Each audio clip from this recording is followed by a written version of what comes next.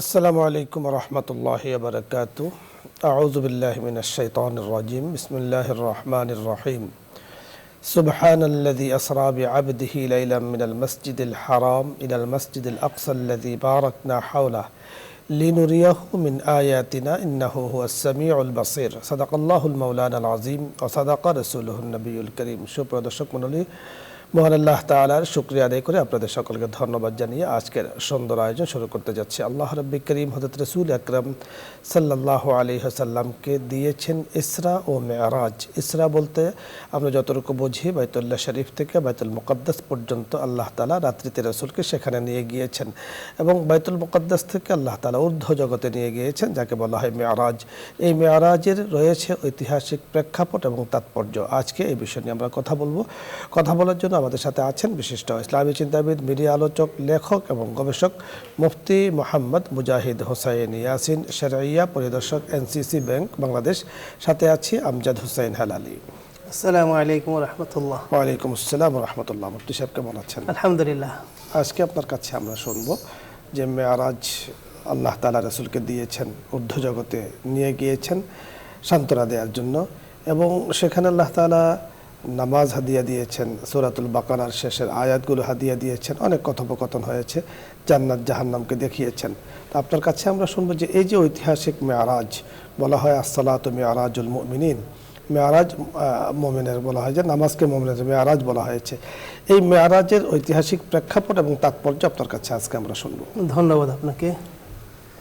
মুমিনের মেরাজ হলো নামাজ, আপনি বলছিলেন। আল্লাহ তাআলা মেরাজ সম্পর্কে সূরা বনী ইসরাঈল ছাড়াও আরেক জায়গায় বলছেন যে ওয়ালাকাদ রাআহু নাযলাতান উখরা ইনদা সিদরাতিল মুনতাহা ইনদা জান্নাতুল মাওয়া ইয ইয়াগশা সিদরাতা মা ইয়াগশা মা যাগাল বাসার ওয়া মা তাগা। আসলে সংক্ষেপে আমরা যদি বলতে যাই যে আল্লাহ রাসূল সাল্লাল্লাহু আলাইহি ওয়াসাল্লামের যে আল্লাহ তাআলার বাণী বা তার প্রত্যাদেশ ছিল আনজির আশীরাতাকাল আকরাবিন আখফিদ জানাহাকা লিমান ইত্তাবা'আকা মিনাল মুমিনিন, যে আপনি আপনার যারা প্রিয়জন আছে তাদের মাঝে আপনি ইসলামের দাওয়াত পৌঁছাতে থাকেন। আল্লাহ রাসূল সাল্লাল্লাহু আলাইহি ওয়াসাল্লামের এটা সবচেয়ে বড় মিশন ছিল, তার কাজ ছিল, সবচেয়ে বড় টার্গেট বা লক্ষ্য ছিল মানুষকে দাওয়াত দিয়ে ইসলামের পথে আনা। তিনি এই ইসলামের দাওয়াত দিতে গিয়ে নানানভাবে তিনি নিগৃহীত হলেন, নির্যাতিত হলেন, অনেক বাধার সম্মুখীন হলেন। শেষ পর্যন্ত উনি ওনার যারা অত্যন্ত আপনজন তারা তার অত্যন্ত বিরাগ হয়ে গেল এবং তার যারা সবচেয়ে বড় সহায় ছিলেন, নবুয়তের ৫ম বছরের কথা যদি আমরা স্মরণ করি, তখন আল্লাহ তাআলা তার অত্যন্ত তার দুই হাত বলা হতো, যা মা উম্মুল মুমিনিন হযরত খাদিজা কুবরা রাদিয়াল্লাহু তাআলা আনহা এবং আনহা রাদিয়াল্লাহু তাআলা আনহা, তো এবং তার যে চাচা কি বলে আবু তালেব, দুইজনকে আল্লাহ তাআলা উঠিয়ে নিলেন। তো তখন কিন্তু উনি একেবারে অসহায় হয়ে গেলেন এবং তার সাথে সাহাবায়ে কেরাম, খুব ছোট্ট একটি জামাত ছিল, দল ছিল, কাফেলা ছিল, তারাই ছিলেন, কিন্তু আর কেউ ছিল না, কোনো শক্তি ছিল না। তখন তিনি চাইলেন যে আমি তাহলে আমি মক্কার বাইরে যাই। তায়েফে তিনি গেলেন বড় আশা নিয়ে যে তাদেরকে দাওয়াত দিয়ে তারা হয়তো ফিরে আসবে, কারণ তায়েফের লোকজন অত্যন্ত শিক্ষিত। কিন্তু সেখানে গিয়েও তিনি আশাহত হলেন, বরং আরও তিনি নিগ্রহের শিকার হলেন। এটা তো আমরা জানি যে অত্যন্ত রক্তাক্ত হয়ে তিনি ফিরে আসলেন। এই সময় আল্লাহ রাসূল সাল্লাল্লাহু আলাইহি ওয়াসাল্লাম কোনো একদিন মহানী রাদিয়াল্লাহু তাআলা আনহার ঘরে তিনি অবস্থান করছিলেন। তো সেখান থেকে আল্লাহ রাসূল সাল্লাল্লাহু আলাইহি ওয়াসাল্লামকে হযরত জিবরীল আলাইহিস সালাতু ওয়াস সালাম উঠিয়ে নিয়ে গিয়ে তার এক জায়গায় নিয়ে তাকে জমজমের পানি দিয়ে তার সিনা চাক করা হলো, বিদৃণী করা হলো, সেখানে তার সিনাটা ধোয়া হলো, সেখানে নূর দিয়ে এটা পরিপূর্ণ করে, নূর এবং হিকমতের কথা আসছে বুখারী শরীফে, এটা পরিপূর্ণ করে আল্লাহ রাসূল সাল্লাল্লাহু আলাইহি ওয়াসাল্লামকে তারপরে যে মেরাজের যে ঘটনাগুলো ঘটলো, সেই ঘটনাগুলো আল্লাহ তাআলা অত্যন্ত তার যে কুদরতের একটা কারিশমা, সেই কারিশমার মাধ্যমে আল্লাহ তাআলা ঘটালেন। এই যে তার যাওয়াটা, ওখানে যাওয়া এবং আসা, এর মাঝখানে তিনি যা সেখানে দেখেছেন, আল্লাহ তাআলা বলেছেন খুব সংক্ষেপে যে ওয়ালাকাদ রাআহু নাযলাতান উখরা ইনদা সিদরাতিল মুনতাহা, সিদরাতুল মুনতাহা তাকে দেখিয়েছেন এবং তিনি সেখানে যা দেখেছেন, দেখার পর আল্লাহ তাআলা ছোট্ট একটা শব্দ ব্যবহার করেছেন, এই যে একটা সিদরাতা মা ইয়াগশা, যে তাকে একটা জিনিস আচ্ছন্ন করে ফেললো, যে জিনিস সেই কুল গাছ অর্থাৎ বড়ই গাছকে আচ্ছন্ন করে ফেলেছিল। অর্থাৎ তিনি জিবরাইল আলাইহিস সালাতু ওয়াস সালামের আসল রূপ তিনি দ্বিতীয়বার সেখানে দেখেছিলেন এবং আল্লাহ তাআলা সেখানে তাকে ওয়ালাকাদ রাআহু মানে কি বলে আয়াতান উখরা, তাকে আরও অসংখ্য আয়াত আল্লাহ তাআলা নিদর্শন সেখানে দেখিয়েছেন। এই যে তাকে দেখিয়েছেন, সেখানে কি কি ছিল, সেখানে আমাদেরকে আল্লাহ তাআলা যে সমস্ত আদেশ দিয়েছেন এবং নিষেধ করেছেন, নিষেধগুলো যারা অমান্য করে তাদের যে কি শাস্তি হতে পারে সেই বিষয়গুলো আল্লাহ তাআলা তাকে দেখিয়েছেন। বিশেষ করে আমরা বিভিন্ন সময় আমরা আল্লাহ রাসূল সাল্লাল্লাহু আলাইহি সাল্লামের যে তিনি যে বাণী দিয়েছেন যে মানুষকে মানুষের মতো তাকে সম্মান করতে হবে, যারা অসম্মান করে, যারা অপদস্থ করে, গীবত করে, মানুষকে বিভিন্নভাবে কষ্ট দেয়, তার যে শাস্তি আল্লাহ তাআলা সেটা সেখানে তাকে দেখিয়েছেন। তিনি দেখিয়েছেন যে একদল লোক কী করছে, অত্যন্ত ধারালো একটা বস্তু দিয়ে তাদের চেহারা তারা ক্ষত বিক্ষত করছে। জিবরাইল আলাইহিস সালাম বললেন যে তারা কি করতো, মানুষের গীবত করতো, পরনিন্দা করতো, মানুষের সমালোচনা করতো। আর এই জায়গায় দেখলেন যে কাঁচি দিয়ে কিছু লোক কী করছে, তাদের জিহ্বা কাটছে। জিবরাইল আলাইহিস সালাম বললেন যে এরা হলো সেই লোক যারা বক্তৃতা করতো, ওয়াজ করতো, মানুষকে নসিহত করতো, উপদেশ দিত, কিন্তু সেই উপদেশ তারা নিজেরা মান্য করতো না। লিমা তাকুলুনা মা লা তাফআলুন। বড় চমৎকার আপনি বলছিলেন। দর্শক মণ্ডলী, আজকে আমরা মেরাজের ঐতিহাসিক তাৎপর্য নিয়ে আমরা কথা বলছিলাম। রয়েছে মেরাজের তাৎপর্য অনেক অনেক বেশি। আল্লাহ রাব্বি করিম আল্লাহর হাবিবকে সেখানে নিয়ে গিয়েছেন। এখান থেকে আল্লাহর হাবিবের শান, আল্লাহর হাবিবের মান, আল্লাহর হাবিবের মর্যাদা বিশ্ব জগতের মাঝে আল্লাহ তাআলা আরও বেশি বাড়িয়ে দিয়েছেন। রাসূল আকরাম সাল্লাল্লাহু আলাইহি ওয়াসাল্লামকে কিয়ামত পর্যন্ত আগত উম্মত আল্লাহ তাআলা রাসূল আকরাম সাল্লাল্লাহু আলাইহি সাল্লাম সকলের জন্য রাসূলকে নবী বানিয়েছেন এবং জান্নাত জাহান্নাম দেখিয়েছেন। আলমে আরওয়াহ আল্লাহ তাআলার আরশ, সিদরাতুল মুনতাহা ইত্যাদি আল্লাহ তাআলা রাসূলকে দেখিয়েছেন। আমাদের রাসূল দেখা মানে আমাদের দেখা, আমাদের হাবিব সাল্লাল্লাহু আলাইহি সাল্লাম দেখেছেন, বলেছেন, আমরা তার উপরে 100% ইয়াকিন করি, বিশ্বাস করি। রাসূল আকরাম সাল্লাল্লাহু আলাইহি ওয়াসাল্লাম ইলা ইয়াউমিল কিয়ামা, কিয়ামত পর্যন্ত আল্লাহ তাআলা যাকে জগতের বুকে নবী বানিয়েছেন এবং আল্লাহ তাআলা যাকে সাইয়্যিদুল মুরসালিন, নবী মুজাসসাম, নবী আকরাম, নবী আযম আল্লাহ তাআলা রাসূলকে বানিয়েছেন সাল্লাল্লাহু আলাইহি ওয়াসাল্লাম। আমরা রাসূলের উপরে সবসময় দরুদ পড়ি, রাসূলের উপরে সব সময় আমরা দরুদ পড়ি। সাল্লু আলাইহি ওয়াসাল্লিমু তাসলিমা। রাসূল আকরাম সাল্লাল্লাহু আলাইহি সাল্লামকে যে ঐতিহাসিক মেরাজ দিয়েছেন, সেখান থেকে 5 ওয়াক্ত নামাজকে ফরজ করা হয়েছে, যদিও ছিল 50 ওয়াক্ত। সুতরাং কোনো ব্যক্তি যদি দৈনিক 5 ওয়াক্ত নামাজ যথা নিয়মে, যথাযথভাবে, সহিশুদ্ধভাবে আদায় করে, আল্লাহ তাআলা তাকে 50 ওয়াক্ত নামাজের সওয়াব দান করবেন। সুবহানাল্লাহ। তাই মেরাজের যে আল্লাহ তাআলা আমাদেরকে হাদিয়া দিয়েছেন 5 ওয়াক্ত নামাজ নিয়মিত আদায় করা এবং যথা সময়, যথা পরিশুদ্ধভাবে, সহিশুদ্ধভাবে, সঠিক নিয়মে আদায় করা, আল্লাহ তাআলা আমাদেরকে তৌফিক দান করুন। আলোচ্য বিষয় নিয়ে আপনাদের যদি কোনো কিছু জানার থাকে, বুঝার থাকে, অথবা কোনো মাসলা মাসাইল জানার বুঝার থাকে, আপনি প্রশ্ন করুন, আমরা চেষ্টা করব কথা বলার জন্য। প্রথমে যিনি আছেন, আসসালামু আলাইকুম ওয়া রাহমাতুল্লাহ। দর্শক নাম বলে পরিচয় দিয়ে প্রশ্ন করুন। জি, আসসালামু আলাইকুম ওয়া রাহমাতুল্লাহ। আসসালামু আলাইকুম হুজুর। জি, ওয়ালাইকুম আসসালাম ওয়া রাহমাতুল্লাহ। জি, আমি বরিশাল থেকে বলছি। জি বলুন। হ্যালো। জি বলুন, প্রশ্ন করুন। জি হুজুর, আমি ওই যেমন ফজরের নামাজ যদি আমি 8টার সময় ঘুম থেকে উঠি, তাইলে আমি নিয়ত করব কি ওই কাজা নিয়ত করব না নরমালি যে নিয়ত করতে পারবো? আদার নিয়ত করবেন, আমরা বুঝতে পেরেছি। ধন্যবাদ আপনাকে। আমরা কথা বলছি, আপনি শুনতে থাকুন। প্রশ্ন করেছেন, অত্যন্ত গুরুত্বপূর্ণ প্রশ্ন।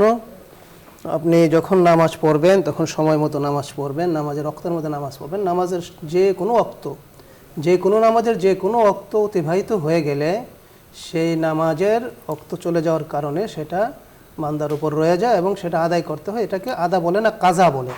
সুতরাং যখন আপনি ফজরের নামাজের ওয়াক্ত চলে যাওয়ার পর নামাজ আদায় করবেন, সেটা কাজাই হবে। সেটা আপনাকে কাজা নিয়ত করেন আর না করেন, সেটা কাজাই হবে।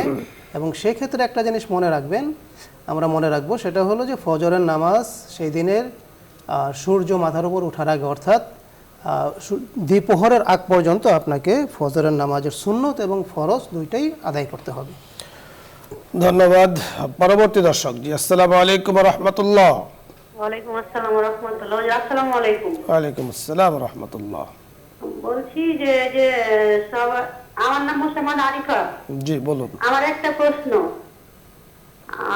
বলছি যে রজবের মাসে সবাই 10টা রোজা করে, এই রোজার কি আসলে কি 10টা রোজা রাখতে হবে না আসলে? জি জি, আমরা বুঝতে পেরেছি, আপনি শুনতে থাকুন, আমরা কথা বলছি। আচ্ছা আচ্ছা, আমরা নতুন একটা রেওয়ায়তের কথা শুনলাম। আসলে এটা মা ওয়াজাদতু ফিল কোরআন ওয়ালা ফিল হাদিস ফি হাদাল আমরি, আমরা এই জাতীয় কোনো কিছু যে মাহে রজবে অর্থাৎ রজব মাসের মধ্যে কোনো রোজা আছে অথবা বিশেষ কোনো আমল আছে, নামাজ অথবা রোজা, এই জাতীয় কোনো কিছু আমরা কোরআন হাদিসে আমরা কোথাও পাই না। যথার্থ আপনি বলেছেন, সহি সনদে সহি সূত্রে রজবে উপলক্ষে 10টি রোজার কথা আপনি বলেছেন, এমন কোনো রেওয়ায়েত আমাদের জানা নেই। তবে আপনি রোজা রাখতে চান, যেটা অন্যান্য মাসে সপ্তাহে 2টো রোজা, সোমবার বৃহস্পতিবার এবং আইয়ামে বিদির 3টে রোজা, সেই হিসেবে যদি আপনি রাখতে চান, সেটা 10 হতে পারে, 9 হতে পারে, 11 হতে পারে, আপনি সেই রোজা রাখতে পারেন। কিন্তু রজবকে উপলক্ষ করে রাসূল আকরাম সাল্লাল্লাহু আলাইহি সাল্লাম কোনো রোজা আমাদের উপরে বলেছেন, এই ধরনের কোনো কথা কিন্তু আমরা পাইনি। আপনি রজব মাসের রোজা নফল রোজা হিসাবে আপনি রাখতে পারেন, এতে কোনো সমস্যা, কিন্তু রাখতেই হবে, না রাখলে গুনাহ হবে, এই ধরনের বিশ্বাস থেকে বের হয়ে আসতে হবে আপনাকে। পরবর্তী দর্শক, জি আসসালামু আলাইকুম ওয়া রাহমাতুল্লাহ।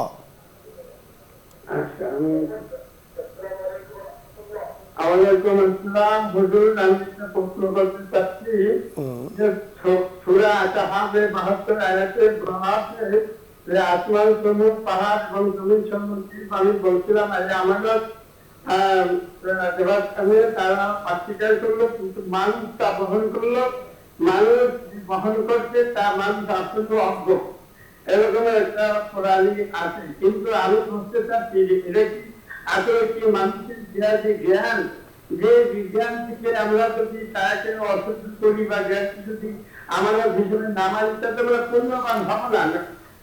যথার্থ আপনি বলেছেন, ধন্যবাদ আপনাকে। ইন্না আরাদনাল আমানাতা আলাস সামাওয়াতি ওয়াল আরদ ফাআবাইনা আন ইয়াহমিলনাহা ওয়া আশফাকনা মিনহা ওয়া হামালাহাল ইনসান ইন্নাহু কানা যালুমান জাহুলা।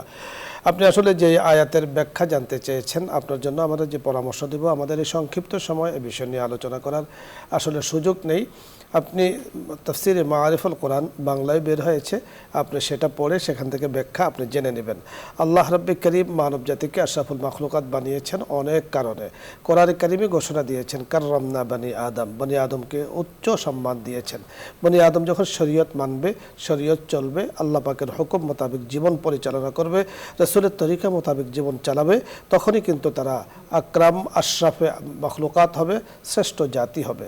আর অন্য আয়াতের মধ্যে মহতারাম, যদি কোনো মাখলুক আল্লাহ পাকের হুকুম না মানে নাফরমানি করে, তাদের সম্পর্কে আসলে কি বলা আছে?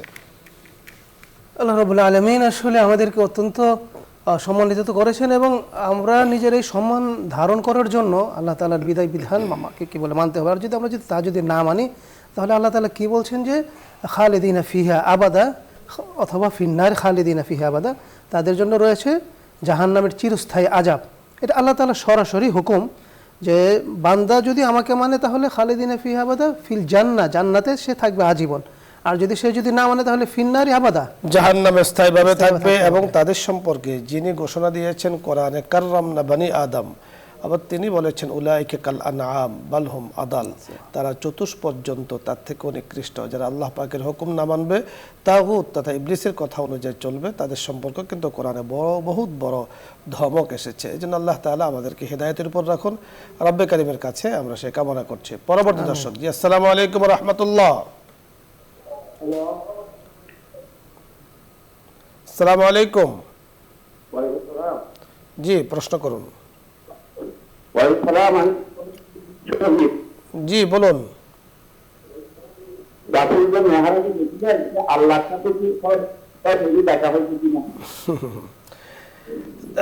ধন্যবাদ। এই উত্তর আল্লাহ তাআলা কোরআনের মাধ্যমে আমাদেরকে জানিয়ে দিয়েছেন। রাসূল যে মেরাজে গিয়েছেন, আল্লাহ তাআলার সামনে সরাসরি দেখা সাক্ষাৎ কথাবার্তা হয়েছে কিনা ওরা জানার বিষয় আগ্রহ। আসলে আমাদের একটা কৌতূহল, সবারই কৌতূহল থাকে যে আল্লাহ তাআলা কি রাসূলুল্লাহ সাল্লাল্লাহু আলাইহি সাল্লামের সামনে এসেছেন বা আল্লাহ রাসূল তার সামনে গিয়েছেন। আমরা বুখারী শরীফের একেবারে সহিহ সনদে মুতাওয়াতির রিওয়ায়াত আমরা যেটা পাই, সেটা হলো আল্লাহ রাসূল সাল্লাল্লাহু আলাইহি সাল্লামকে নিদর্শন দেখিয়েছেন আল্লাহ তাআলা, যেমনটি বলেছেন। তো তিনি নিদর্শন দেখেছেন, নিদর্শন দেখা মানে আল্লাহ তাআলাকে দেখার একটা অন্যতম একটা কি বলে মাধ্যম। আর একটা আসছে যে কি মিওয়ারাইল হিজাব, পর্দার আড়ালে আল্লাহ তাআলাকে দেখেছেন, অর্থাৎ আল্লাহ তাআলার কুদরতকে দেখেছেন। আল্লাহ তাআলাকে দেখা বা না দেখা এই যে বিষয়টা, এটা আমরা একটু সংক্ষেপে আমরা সবাই জেনে রাখি যে এটা আমাকে মানে জানতে হবে, এবং না জানলে আমার ইমানের কোনো ক্ষতি হবে এমন কোনো বিষয় না। এটা নিয়ে আমাদের অত বেশি ধন্যবাদ আপনাকে, আল্লাহ তাআলা আলোচনা বলে করে ভালো। দিয়েছেন। ধন্যবাদ মুফতি সাহেব। ফাকানা কাবা কাউসাইনি আও আদনা, আল্লাহ তাআলা বলেছেন ধনুক, এক ধনুক আরেক ধনুকের যত কাছে, এর থেকেও আরো কাছে রাসূল সাল্লাল্লাহু আলাইহি সাল্লাম আল্লাহ তাআলার কাছে গিয়েছেন। সূরাতুন নাজমে এই আয়াত নিয়ে আলোচনা হয়েছে, আপনি চাইলে সেখানে দেখে নিতে পারবেন। মুফাসসিরিনে কেরামদের এই সম্পর্কে বিশদ আলোচনা রয়েছে। আল্লাহ তাআলার সাথে কথোপকথন করেছেন এবং আল্লাহ তাআলার শান, রাসূলের শান যেভাবে বলা দরকার, যেভাবে কথা বলা দরকার, ওই শান অনুযায়ী কথা বলেছেন। এখানে একটি বিষয় আপনাকে মনে রাখতে হবে, হযরত মূসা আলাইহিস সালাতু ওয়াস সালাম আল্লাহ তাআলাকে দেখতে চেয়েছিলেন। আল্লাহ তাআলা বলেছেন যে আল্লাহ তাআলাকে দেখা আসলে সম্ভব নয়। উনি বলেছেন যে আপনাকে আমি একটু দেখতে চাই, সরাসরি দেখতে চাই। তো আল্লাহ তাআলা বলেছেন যে সরাসরি যখন দেখতে চাও তো আমাকে দেখার আগে পাহাড়ের নিচে তাকাও, দেখো। তখন উনি দেখেছেন চতুর্দিকে আল্লাহ তাআলা নিদর্শনকে দেখেছেন, উনি সাথে সাথে বেহুশ হয়ে পড়ে গিয়েছেন। পরবর্তী কিন্তু আল্লাহ তাআলার কাছে ক্ষমা চেয়েছেন যে আল্লাহ আসলে আমি না জেনে এই কথা বলেছি। আল্লাহ পাকের জালাল, আল্লাহ পাকের শান, আল্লাহ পাকের মান, এগুলো আসলে আল্লাহ তাআলা যে শানে রাসূলকে যেইভাবে দেখানো দরকার, যেভাবে সান্ত্বনা দরকার, যেভাবে কথা বলা দরকার, সেইভাবে বলেছেন। এতটুকু বিশ্বাস আমাদের রাখতে হবে। পরের দর্শক জি, আসসালামু আলাইকুম ওয়া রাহমাতুল্লাহ।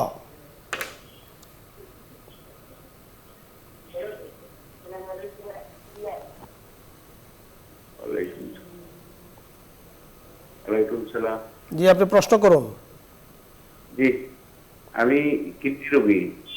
শুক্রবারে নামাজ পড়তে মসজিদে যাইতে পারতেছি না। জি, এতে ঘরে জোহর করলে কি কোনো সমস্যা? বুঝতে পেরেছেন। মাজুর মাযুর। জি জি, আপনি যদি মসজিদে যাওয়ার মতো সক্ষমতা কারো না থাকে, মাজুর হন, অথবা মানে কি বলে মসজিদে যাওয়ার আরও মানে যে ধরনের মানে প্রতিবন্ধকতা আছে সেগুলো যদি থাকে, তাহলে আপনি জোহর নামাজ পড়তে পারেন। এমনকি আপনি যদি সফরে থাকেন, এমনকি আপনি যদি মানে ইসে থাকেন যে সফরে থাকা অবস্থায় জুমার মসজিদ নাই, সেখানেও কিন্তু আপনি জুমার বদলে জোহর আপনি আদায় করতে পারবেন। ধন্যবাদ আপনাকে।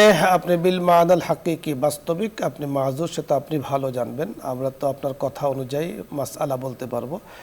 আপনি যদি বাস্তবিক মাযুর হন, মসজিদে যেতে অক্ষম হন, তাহলে ঘরে জুমার পরিবর্তে জোহরের নামাজ পড়ছেন, কোনো সমস্যা নেই। পরের দর্শক, আসসালামু আলাইকুম ওয়া রাহমাতুল্লাহ।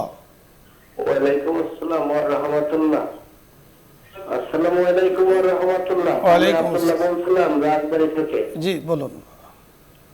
হুজুর, আমার জানা যে আপনার নবমুসলিম, তাদের প্রতি একজন মুসলমানের কি করণীয় আছে যদি একটু বুঝিয়ে বলতেন।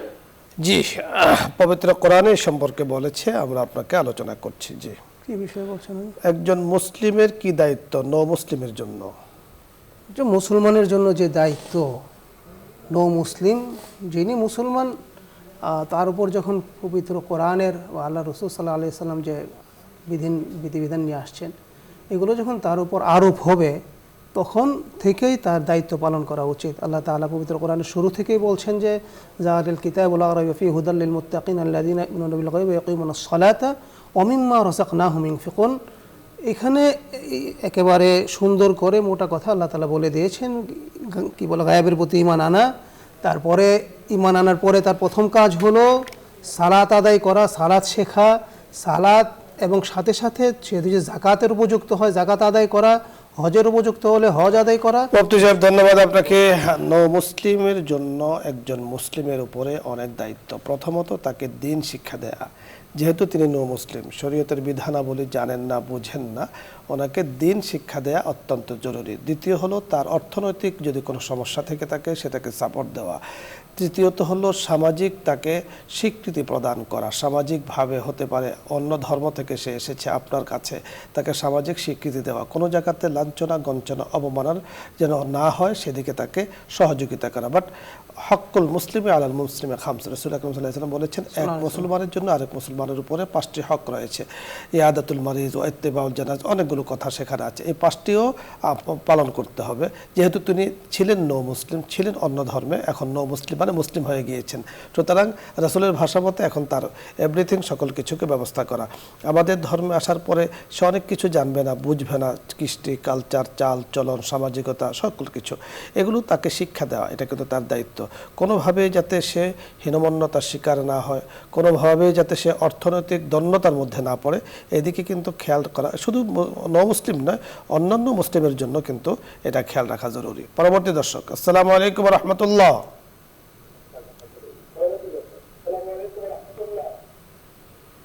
আসসালামু আলাইকুম। ওয়ালাইকুম আসসালাম। ভালো আছেন হুজুর? আলহামদুলিল্লাহ, আল্লাহ তাআলা ভালো রেখেছেন। আপনি প্রশ্ন করুন। হ্যালো, আপনি প্রশ্ন করুন, শুনতে পাচ্ছি। আমি প্রশ্ন করতেছি যে আমি তো অনেক নামাজ কাজা করে ফেলেছি। জি, এখন ওই নামাজটা আমি যদি ফজরের পরে যদি আমি এক দিন নামাজ পড়ি তাহলে তো অসুবিধা? আমরা আপনাকে জানিয়ে দিচ্ছি, ফজরের পর পর আসলে একটা অক্ত থাকে, যে অক্তটাকে বলা হয় আওকাতে মামনুআ, নিষিদ্ধ অক্ত, সূর্য ওঠার সময়। ওই সময় কোনো নামাজই পড়া যায় না। সূর্য ওঠার 23 মিনিট পরে অথবা 17 মিনিট পরে আপনি ফজর, জোহর যা আপনি পড়তে চান, নফল, কাজা সকল কিছু পড়তে পারবেন, কোনো সমস্যা নেই। পরবর্তী দর্শক, আসসালামু আলাইকুম ওয়া রাহমাতুল্লাহ।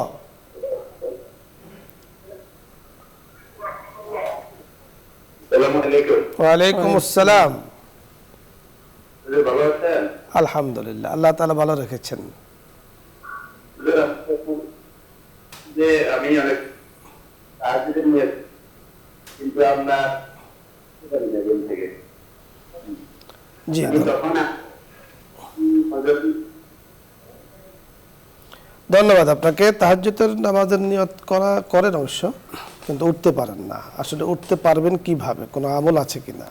তাহাজ্জুদের নামাজের জন্য যে বিষয়টা, সেটা হলো সবচেয়ে বড় বিষয় হলো আমাকে আল্লাহ তাআলার প্রতি, আল্লাহ তাআলার কাছে আমাকে চাইতে হবে যেন, হে আল্লাহ, আপনি আমাকে তাহাজ্জুদের জন্য উঠিয়ে দিন অথবা ওঠানোর ব্যবস্থা করুন। এবং আমরা যে সমস্ত কি বলে পার্থিব যে সমস্ত সুযোগ সুবিধা আছে সেগুলো আমরা আল্লাহ তাআলার কাছে দোয়া চাওয়া, দোয়া করা এবং নিজের আমরা অ্যালার্ম দিয়ে রাখতে পারি। আমরা ধন্যবাদ আপনাকে। দর্শক মণ্ডলী, আপনাদের সকলকে ধন্যবাদ জানিয়ে আজকের মতো শেষ করছি, বিদায় নিচ্ছি। আগামী অনুষ্ঠানে দেখা হবে এই আশাবাদ ব্যক্ত করি। আসসালামু আলাইকুম ওয়া রাহমাতুল্লাহি ওয়া বারাকাতুহু। দোয়া হবে, দরুদ ইস্তেগফার পাঠ করি। আল্লাহুম্মা সাল্লি আলা সাইয়্যিদিনা ওয়া নাবিয়্যিনা ওয়া শাফিঈনা ওয়া হাবিবিনা মাওলানা মুহাম্মদ সাল্লাল্লাহু আলাইহি ওয়া আলা আলিহি ওয়া আসহাবিহি ওয়া বারাকা ওয়া সাল্লাম। আস্তাগফিরুল্লাহ, আস্তাগফিরুল্লাহ, আস্তাগফিরুল্লাহ। আলহামদুলিল্লাহি রাব্বিল আলামিন ওয়াল আকিবাতু লিল মুত্তাকিন ওয়া আলা আলিহি ওয়া আসহাবিহি আজমাইন।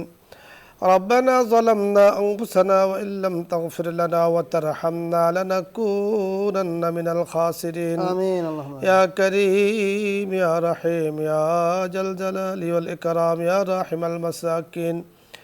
মাওলাই করিম গো মালিক গো রহিম করিম, আমরা গুনাহগার বান্দারা আপনার শাহী দরবারে হাত তুলেছে। জুমার দিন জুমার সালাত আদায় করেছি, সাধ্য অনুযায়ী আমরা ইবাদত করেছি। আমার মা ও বোনেরা অনেক ইবাদত করেছেন, সকলের तमाम ইবাদতগুলোকে কবুল মঞ্জুর করে নেন। ইয়া আল্লাহ, ইসলাম আমরে প্রোগ্রামকে আপনি কবুল মঞ্জুর করে নেন। আয়োজক বিন্দুদেরকে আপনি কবুল মঞ্জুর করে নেন।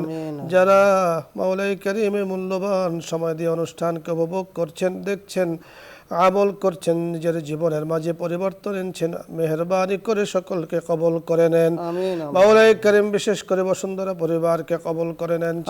মহোদয়, আত্মীয় স্বজন, পরিবারের সদস্যবৃন্দ, মহব্বতের বন্ধু বান্ধব, মাওলাই করিম দেশের মানুষগুলোকে तमाम জাহানের উম্মতে মুসলিমাকে মেহেরবানি করে আপনি কবুল করে নেন।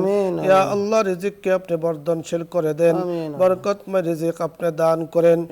মাওলাই করিম, আমাদের ঈমান দুর্বল, আমল দুর্বল। ইয়া আল্লাহ, না জানি কখন কার ডাক কখন চলে আসে। আমাদের চলে যেতে হবে সুন্দর দুনিয়ার মায়া ত্যাগ করে। মাওলাই করিম যাওয়ার আগে আগে যেন আপনার সন্তুষ্টি অর্জন করতে পারে সেই তৌফিক দান করেন। মাওলাই করিম, আমাদের মধ্যে যারা অসুস্থ আছেন, শিফায়ে কামিলা আজলা দাইমা কুল্লিয়া দান করেন। ইয়া আল্লাহ, সব ধরনের বড় ছোট পরীক্ষা থেকে আপনি আমাদেরকে হেফাজত করেন, ইমতিহান থেকে হেফাজত করেন। মাওলাই করিম, কত মায়ের চোখের পানি, কত বাবার চোখের পানি, কত মানুষের চোখের পানি মাওলাই করিম পড়ছে, আপনি ভালো জানেন। মা তার সন্তানের জন্য কান্না করছেন, বাবা তার সন্তানের জন্য কান্না করছেন। ইয়া আল্লাহ, সন্তান বাবা মায়ের জন্য কান্না করছেন, মেহেরবানি করে সকলের চোখের বাড়িগুলো বন্ধ করে দেন। মাওলাই করিম, আপনাকে ভোলা মানুষগুলোকে আল্লাহ আপনি শরীয়তের পথে চলার তৌফিক দান করেন, হেদায়েত মোতাবেক চলার তৌফিক দান করেন। ইয়া আল্লাহ ইয়া করিম, আল্লাহ যখন জগৎ থেকে চলে যাব মাওলাই করিম কি নিয়ে যাব আমরা বড় ভয় করি। ইয়া আল্লাহ খালি হাতে যেন না যাই, ইয়া আল্লাহ মাসুম হয়ে যেতে পারে সেই তৌফিক দান করেন। আমাদের দেশের জন্য খায়র কল্যাণের ফয়সালা করে দেন, ভেতরের বাহিরের সব ধরনের খরাফাত থেকে হেফাজত করেন, দিন দিন উন্নতি ও অগ্রগতি সমৃদ্ধি দান করেন। আপনার হাবিবের উসিলায় আমাদের দোয়াকে কবুল করে নেন।